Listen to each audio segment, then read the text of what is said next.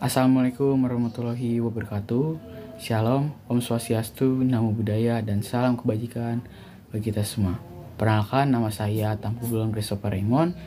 Asal sekolah saya SMAN 2 Tambun Selatan.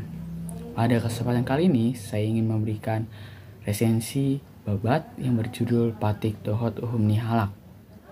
Buku ini menceritakan tentang budaya, adat istiadat, dan sejarah masyarakat Toba. Buku ini dipengarangi oleh Nixon Freddy Siombing dan Yosua Victor Sebastiana Purba. Dan penerbitnya itu Perpustakaan Press dan terbit pada tahun 2022. Kategori buku ini yaitu sejarah, budaya, non-fiksi, dan filsafat. Oke, jadi di dalam buku ini ada seorang anak bernama Ronggur. Dia adalah anak dari kepala desa di masyarakat Batak Toba. Sebenarnya desa ini cukup kecil, tapi sedikit penduduknya, yaitu sekitar 8 kakak, tapi daerahnya cukup luas. Makanya di daerah tersebut banyak sawah, ladang, dan lain-lain. Oke, lanjut ke cerita. Dan Ronggur saat ini dia itu berkeliling ke desa dan menemukan fakta-fakta menarik tentang budaya masyarakat Batak Toba. Oke, yang pertama, si saat ini bertanya kepada Ronggur saat beristirahat setelah bermain.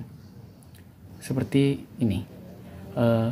Ronggur, gimana caranya bumi ini tercipta? Kata Sahat. Dengan kata Ronggur, tanyakan kepada Opung Siaan ini. Oke, jadi teman-teman, sebelum kita lanjut, di Opung dalam Batak Toba, tidak hanya Toba saja tapi Batak, itu sebagai penatua atau penasehat dalam hal apapun. Karena mereka adalah yang paling tua. Saat ditanya ternyata ini zamannya berbeda, teman-teman. Tidak zaman sekarang, ini zaman dulu. Dan Opung itu menjawab kalau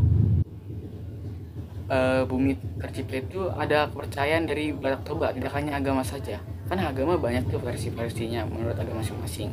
Tapi di dalam masyarakat Batak Toba itu ada versi mereka sendiri. Nah, selanjutnya ada budaya atau adat istiadat dalam hal dari remaja meranjak ke dewasa. Jadi saat Ronggur meranjak ke dewasa, gigi taring si Ronggur akan diratakan oleh si Sahat, yaitu sebagai teman baik atau sahabat. Nah, jadi saat penentuan gigi taring ini diratakan, si ayahnya Ronggur ini bertanya kepada datu atau dukun. Jadi masyarakat setempat masih percaya tentang dukun ini sebagai penentu tanggal-tanggal upacara besar gitu. Jadi ditentukanlah sama datu ini tanggal untuk mengatakannya seperti apa. Selanjutnya ada mangoli atau menikah. Jadi menikah itu dalam masyarakat Toba itu cukup panjang ya teman-teman ya. Prosesnya mulai dari pengumpulan keluarga besar, mempelai cewek perempuan dan mempelai pria, dan akan ditengahi oleh datu atau dukun. Tapi zaman sekarang tidak ditengahi oleh dukun lagi, tapi sekarang ditengahi oleh tulang masing-masing keluarga. Selanjutnya ada yang namanya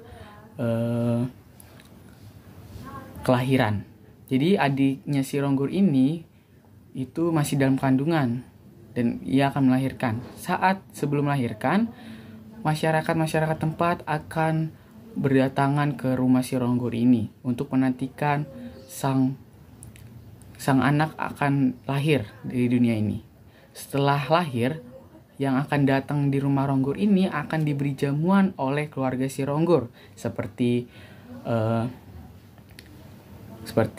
makan makanan, minum minuman, dan lain-lain. Tapi tidak lupa juga si datu ini juga akan datang ke rumah itu, akan memberkati bayi yang akan lahir. Jadi seperti si datu ini memberikan berkat seperti itu teman-teman ya, akan berkat. Dan si keluarga Ronggur ini akan memberikan jamuan yang lebih menarik lagi yang lebih besar lagi ke datu. Sekian dari saya, terima kasih. Wassalamualaikum warahmatullahi wabarakatuh.